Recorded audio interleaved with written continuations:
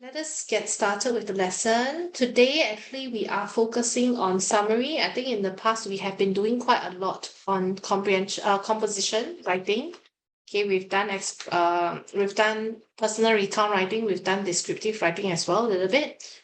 But today, really, the main focus is actually on summary. So as you know, summary is under paper 2. Right? It has got under your visual text and your narrative as well as non-narrative passage. And summary falls under non-narrative. Okay, so visual text is 5 marks, narrative is 20, non-narrative plus summary is usually 25 marks. Okay, so the main thing about summary is, of course, you need to be able to sieve out. Okay, you need to be able to sieve out the correct information. But at the same time, a very important skill that you should have is to be able to paraphrase. So what does paraphrase mean? Paraphrase actually mean writing in your own words. Okay, the better you paraphrase, the more marks you get for the language component for summary. Of course, content is not difficult. Content you can basically pick up from the text itself, right? But to paraphrase it, you need some skills and you need to have some knowledge on how to do it, okay? So I would say instead of using the word expository, I would prefer to use the word non-narrative. The reason is because sometimes the section, so you have 3 sections, right? Section A, Section B, Section C. So sometimes under Section C, it might not always be expository. It can be a factual report as well. So the genre is not necessarily always expository. Okay, so in general, I would call it non-narrative. And of course, what is really special, I think for Xingyi, you just came in, right? Xingyi, which school are you from, Xingyi? I'm from Chongqing High Yishun. Ah, nice. Do you know Miss Nelly Tan? Don't know. Oh, okay. She's an FCE and geography teacher. She Oh, used to be my classmate in NIE. So maybe she's still teaching there. Yeah. So maybe are you doing FCE now or DNT? now it's DNT semester 2 do FCE. Okay, great. Maybe when you're doing FCE, you will get to know her. Yeah, she's actually one of my close friends, so you can ask. You can Okay. yeah. Anyway, yeah, so the reason why I want to know which school you're from is basically just for my own records, and also roughly know, what kind of school dynamics you're from. Okay, so Daniela and Xingyi, they are actually first timers in our class. So I was just sharing with Daniela for Xingyi's sake. Yeah, did I share with you? I was an MOE teacher in St. Hilda's Secondary. So I was an English teacher there for about 4.5 years. Then after that, I left because I had my daughter then, and she was really young. So that's the reason why I left MOE. Okay, but also on top of that, I've also been giving English tuition for about almost 12 years. So that's basically my educational background. Okay. And so I think what is really unique, since we are here, what is really unique about us is we focus quite a fair bit on current affairs. Okay, so we will do that almost every lesson because current affairs is something that I think you need to stay current, you need to be knowledgeable about. And on top of that, I think it will definitely help you in certain components. In fact, many components. It will help you in your expository writing, argumentative writing. It will also help you in terms of your stimulus-based conversation. Okay, the spoken interaction part of your oral. So it gives you a lot of content to talk about. So we do that every week. So every week we'll discuss different current affairs, and we will then give our own suggestions and input as well. Okay, so that's for today. So like I said, every lesson I will go through a bit of the house rules. So a quick one would be, please turn on your video. So Xingyi, if you may, please turn on your video as well. If you realize Kelvin and Dhruv, they've been doing that. Thank you so much, Singy.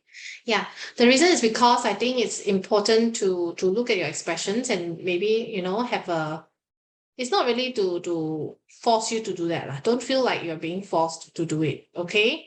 But in a way, because I think it's really for mutual respect as well. We are in a cyberspace, so I really don't know what you're doing if you off your video and, you know, just hide behind the scenes. Okay, so as mutual respect, just turn it on. If you're just a bit shy, then you don't want to review your whole face, maybe at least show me half of your face, okay? So at least I can see from your expression whether or not you understand a certain concept. Daniela, because she's outside, so she said it's inconvenient for her to turn it on. Okay, but otherwise, please try your best to do it, okay? It's actually compulsory. It's our house rules, okay? But over here, I think with me, you all are young adults already, Sec 1 already, right? So I believe, if, let's say you tell me there's a situation whereby it's difficult for you to turn it on, of course, I'll give you the benefit of the doubt and I'll choose to trust you on that. Okay, so you're adults, young adults, I'm sure you have the maturity to do that. Okay? Anything, if you want to ask a question, you can always type it in the chat function. If let's say it's something really urgent, you can actually raise your hand using the icon, right? Which is this one over here. And if you really need to go to the toilet, I'm sure you sometimes need to answer to nature's call. So just go ahead, drop me a text in the chat. So it's basically just to inform, and then you can just go. And lastly, I think it's a very important point is to be mindful, to be respectful to everyone. Okay, even though you might not be from the same school, who knows, in future you might end up in the same poly or same JC. You never know. Okay, so give each other the respect as human beings, yeah? Okay, so we are gonna first start off with your non-narrative compre, right? Maybe I'll get someone to read. We'll go in, does anyone wants to volunteer? No? Then we'll go in alphabetical order then. We'll start with the person that starts with the first letter, Daniel. Okay, Daniela. Daniela, first paragraph. Because Daniela's name starts with D, right? So D comes first in the alphabet. Daniela?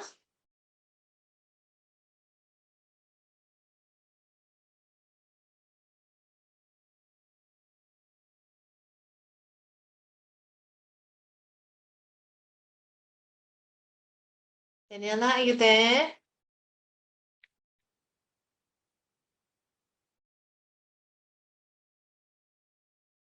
Okay, never mind. We'll move on to Drew first. Okay, Drew, can you read the first paragraph?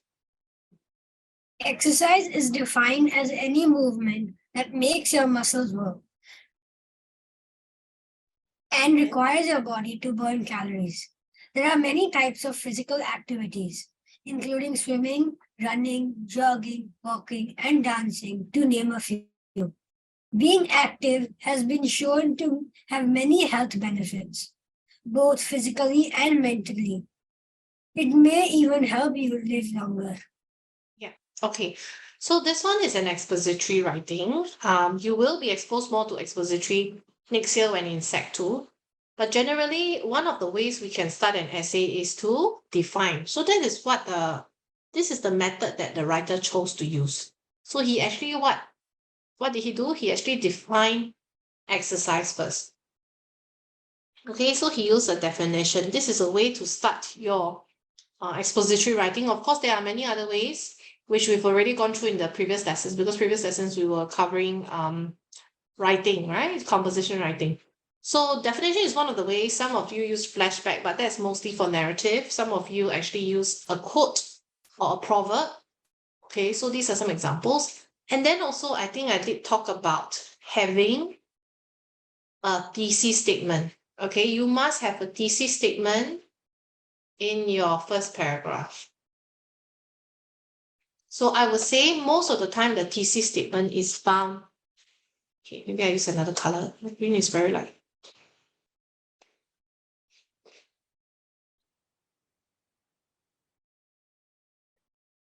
Okay, most of the time the thesis statement is found in your at the back of your introductory paragraph. Okay, the thesis statement basically gives a direction of what the writer is going to talk about. So in this case, it is talking about being active has many health benefits. One of it is physically. Secondly is mentally.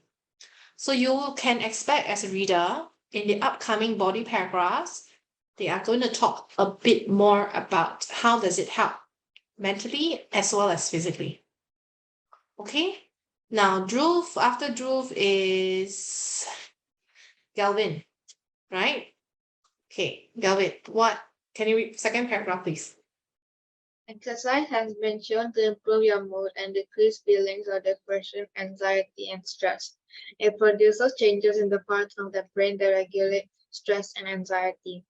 It can also increase brain sensitivity for the hormones serotonin and norepinephrine, which relieve feelings of depression. Okay, so norepinephrine. Okay, norepinephrine. Actually, these are just names of hormones. Okay, and these hormones, okay, serotonin and norepinephrine, actually relieve feelings of depression. So if you're feeling depressed and you have an increased amount of these hormones, then you might feel happier. So I believe for some people who are diagnosed with clinical depression, they might actually, increase the hormones of these. They probably will maybe ingest some of these, or maybe they have, injections of these vaccinations. Okay. All right. So you realize, this paragraph, and in every body paragraph, there will always be topic sentences. So exercise have been shown to improve your mood and decrease feeling of depression, anxiety, and stress. So this is what we call a topic sentence. So this is topic sentence 1. So very organized, right? This writer actually has a thesis statement, and in topic sentence 1, what are they focusing on? They're going to focus on how exercise improves your mood, as well as decrease feelings of depression, anxiety, and stress. Okay, so basically that's that. Next paragraph will be Xingyi. Xingyi, third paragraph, please. Additionally, exercise can increase the production of endorphins, which are known to help produce positive feeling and reduce the perception of pain. Furthermore, exercise has been shown to reduce synonyms in people suffering from anxiety. It can also help them to be more aware of their mental state and practice distraction from their fears. Thank you so much, Xingyi. Okay, so you realize in the body paragraphs, they actually use quite a fair bit of linking words or transitional words like additionally, interestingly, furthermore. Okay, so basically, again, of course, in any other body, there should also be topic sentence. So this one is trying to tell us increase the production of endorphins, which produce positive feelings and reduce perception of pain. So this paragraph is going to talk about how exercise can actually help to increase endorphins that helps to produce positive feelings. Okay, so this is basically your topic sentence 2. Okay, but I would say that this paragraph is sort of linked to paragraph 2, because paragraph 2 is telling us about improving mood and decrease depression, and this is just an extension. Okay, but sometimes the writer will choose to separate them into 2 separate paragraphs because otherwise it's too lengthy. Okay, all right, now next one, paragraph 4, let's go back to, let me see. Daniela, are you there, Daniela? Okay, never mind. I think we'll move on to Dhruv first. Okay, Dhruv, can you read paragraph 4? Interestingly, it does not matter how intense a workout is. It seems that your mood can benefit from exercise, no matter the intensity of the physical activity. In fact, a study in 24-hour women who had been diagnosed with depression showed that exercise of any intensity